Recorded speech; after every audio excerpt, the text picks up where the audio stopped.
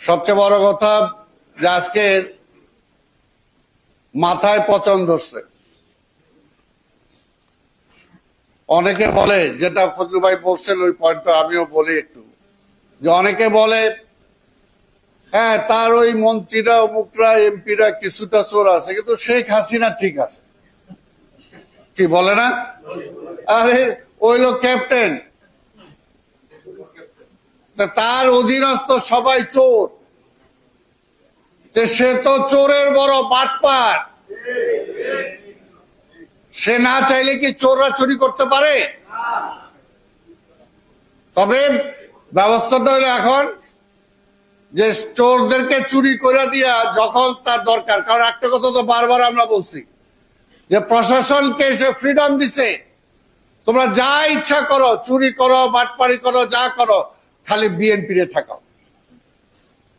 বাস, তারাও একটা স্বাধীনতা পাইছে যে বিএনপি কে ঠেকাও, তারেক রহমানের বিরুদ্ধে মামলা দাও, আর খালেদা জিয়া যাতে কোনোভাবে জনগণের সম্মুখে না আসতে পারে, তার জন্য যা যা করা দরকার করো, বাকি সব তোমাদের হালাল। এইটা কথা বলে আমরা তো বারবার বলছি, ভাই বলতে পারে, কিন্তু একটা সময় আসবে যখন আর শেখ হাসিনা আপনাদেরকে অন করবে না। আজকে সেই অবস্থা হয়েছে, আজকে বেনজির বলি, আজকে আজিজ বলি, আজকে সেই অবস্থা হয়েছে। কাহাতক আজকে সবাইকে তাই বলতে চাই, আজকে প্রশাসনে বলি, আজকে পাবলিকলি বলি, যারাই আছেন, আর কথায় কথায় দেখেন না, দেশ চালাইতে পারতেছে না, লোপাট করে সব শেষ। গতকাল না পরশুদিনও বলছে তারেক রহমানরে আমি আনার ব্যবস্থা করতেছি, তার বিচার করব। মনে হয় বাংলাদেশে এটা এখন প্রধান সমস্যা, মনে যে প্রধান সমস্যাটা তারেক রহমান, তারে বিচার করে খালি জেলে ঢুকায় দিতে পারলেই এই রাষ্ট্রের দুধের নহর বয়ে যাবে, সব অর্থনৈতিক সমস্যার সমাধান হয়ে যাবে, রাজনৈতিক সমস্যার সমাধান হয়ে যাবে। আর ওনার আশেপাশে কিছু আছে, উনি বলার আহা আহা করতে থাকে। এই হলো অবস্থা। তারেক রহমান কি করছে রে বাবা? এখন কি এই বর্তমান অবস্থার মধ্যে তারেক রহমান কি আপনার আঙ্গুল দিছে, না চুলকাইছে, না চিমটি দিছে? দেশ চালাইতে পারে না। তার একটু আগে যেটা কথা হলো, তার দিলীপ বড়ুয়া কি বলছে? দিলীপ বড়ুয়া কি বলছে? যে আজকের 80% এমপি হলো চোরা চালানের সাথে জড়িত। লজ্জাও লাগে না? ওই যে কক্সবাজারে ছিল তার এমপি একজন, তার টাইটেল হইল ইয়াবা বদি। তার এমপি টাইটেল, এমপি নাম হিসেবে ছিল না, ইয়াবা বদি। বুঝেন তার কি অবস্থা। আরেকটা বানাইছিল তথ্য প্রতিমন্ত্রী, ওই যে টাকু, চলে গেছে ক্ষমতা, তারও এরকম একটা টাইটেল হয়েছিল। তা আজকের প্রত্যেকটা এমপির আজকে কথা বলে কি, আমি তো সত্যি বলবো যে আজকে ফজলু ভাই যে কথাটা বলছে আমি বলতে চাচ্ছিলাম যে আজকে সব দায় দায়িত্ব নিয়ে ইমিডিয়েটলি আজকে শেখ হাসিনাকে পদত্যাগ করা উচিত। আর দেশ কিভাবে চলবে এখনো বলি, যদি আপনিও রক্ষা পাইতে চান, আল্লাহর রাস্তায় যদি দেশটাকে, দেশের প্রতি আপনার মিনিমাম কোনো সিম্প্যাথি থাকে, দেশের মানুষের প্রতি সিম্প্যাথি থাকে, এই দেশটাকে যদি রসাতলের হাত থেকে বাঁচাইতে চান, তাহলে আল্লাহর রাস্তায় ইমিডিয়েটলি খালেদা জিয়াকে ছাড়েন, তার সাথে কথা বলেন, একটা রাজনৈতিক সংকট দূর করার জন্য ইমিডিয়েটলি পদত্যাগ করে একটা তত্ত্বাবধায়ক সরকার কিভাবে হবে, বেগম খালেদা জিয়ার সাথে কথা বলেন। বলেন যদি দেশকে ভালোবাসেন, কিন্তু আমরা জানি দেশকে ভালোবাসেন না, দেশকে ভালোবাসে না, তার লুটপাট, এবং একটাই কাজ তার, যে বিএনপিকে ধ্বংস করতে হবে। বিএনপিকে কেন ধ্বংস করতে হবে? কারণ বিএনপি এই দেশের জাতীয়তাবাদের জন্য রাজনীতি করে। কাজী তার প্রভুরা কোনোভাবেই সহ্য করবে না যে আজকে বিএনপি টিকে থাক। কিন্তু এই কথাটা তো আসছে যে যত কিছুই করুক না কেন, আজকের এই বিএনপির হাজার হাজার লক্ষ লক্ষ কর্মী আজকে পরীক্ষায় উত্তীর্ণ, আগুনে জ্বলে তারা একটা স্বর্ণে রূপান্তরিত হয়েছে। এই বিএনপির কোন কর্মীকে কি আজকে কোনোভাবে ধ্বংস করে দেয়া যাবে? যাবে না। তো কাজে চেষ্টা করে লাভ নয়, ওই পথে যায়েন না, ওই পথে যায়েন না। আজকে নিজের দলের দিকে চিন্তা করে দেখেন, এটা সত্যি কথা, এটা বাস্তব। যে আজকে ফজলু ভাই যেটা বলছে যে আজকে আওয়ামী লীগের কতজন কর্মী আছে মাঠ পর্যায়ে চিন্তা করে দেখেন, যারা আওয়ামী লীগের জন্য এই যে বিএনপিতে যেভাবে একদিকে মারতেছেন, গুলি করতেছেন, টিয়ারশেল মারতেছেন, তারপর আবার দাঁড়ায় যাইতেছে বিএনপি, জেলে নিতেছেন, তারপরও বিএনপি ধ্বংস হচ্ছে না। আজকে আওয়ামী লীগের দেখেন না কয়জন পান, বড় বড় কথা বলেন, তারেক তুমি আসো, তারেক আসে না কেন, মা অসুস্থ, এই হয়ে যেতেছে। আমি তো এর আগেও বলছি, আপনি কেন সেই সময় আসেন নাই? আপনার বাবার মারার পরে, আপনার বাবাকে মারার পরে আপনি আসেন নাই কেন? আপনার তো পাসপোর্ট ছিল, আর আপনি তো তারেক রহমানের পাসপোর্টটাও সিজ করে রাখছেন। আপনি তো নিজেই বলছেন যে আমার বাবা মারা যাওয়ার পরে এই যে আশেপাশে যারা আছে তাদের কাউকে তো দেখি নাই। এইটা মনে রাখেন। আর ষড়যন্ত্র আপনারা করেন, আওয়ামী লীগ করে, ষড়যন্ত্র বিএনপি করে না। শত অত্যাচার, নিপীড়ন, নির্যাতনের পরেও কিন্তু বিএনপি সেই পথে হাঁটে নাই। বিএনপি বারবার বলছে আমরা গণতন্ত্রে বিশ্বাস করি, আমরা ভোটের মাধ্যমে সরকার পরিবর্তন হবে, এটাই আমরা চাই। কারণ ভোট ছাড়া পরিবর্তন হলে তো বিএনপি ক্ষমতায় যাওয়ার কোনো সুযোগ নাই।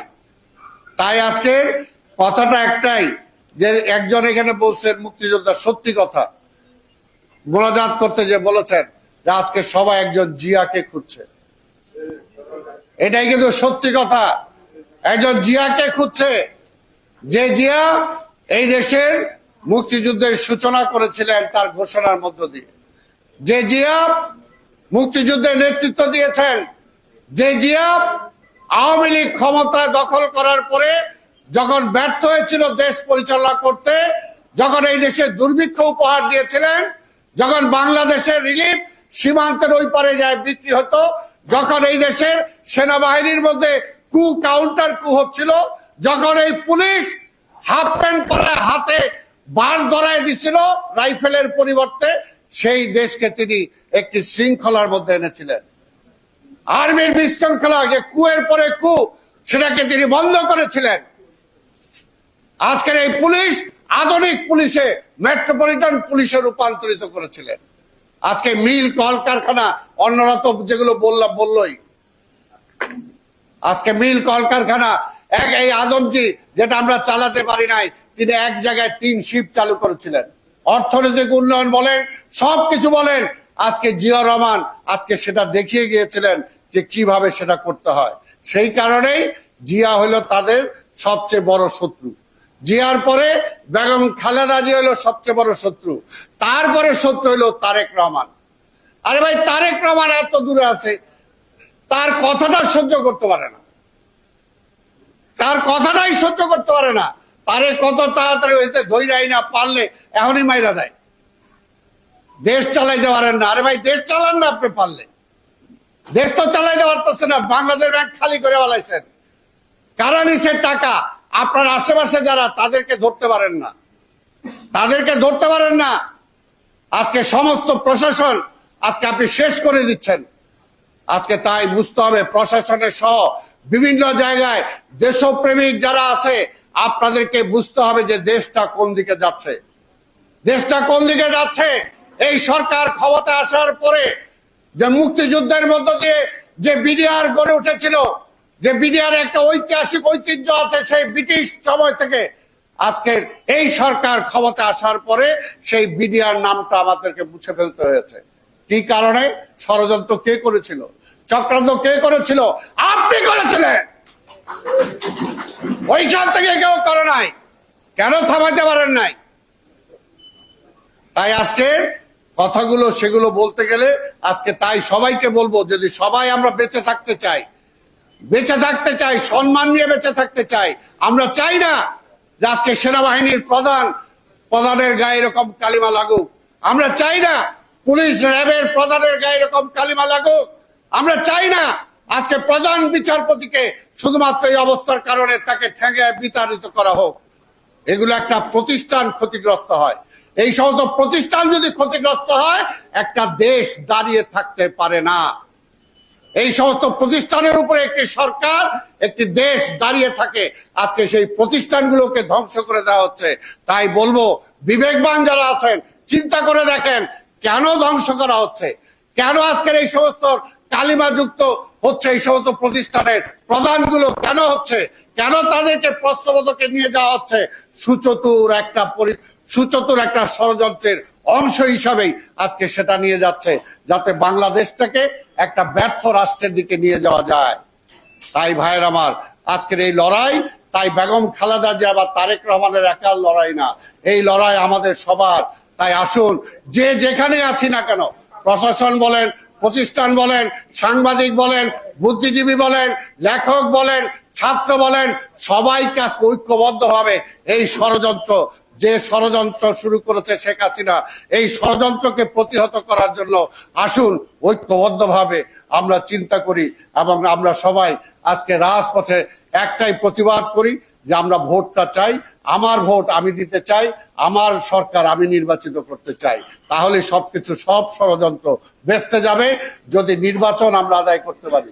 এই কথা বলেই আপনাদের সবাইকে ধন্যবাদ জানিয়ে আমার বক্তব্য শেষ করছি। খোদা হাফেজ। বাংলাদেশ জিন্দাবাদ।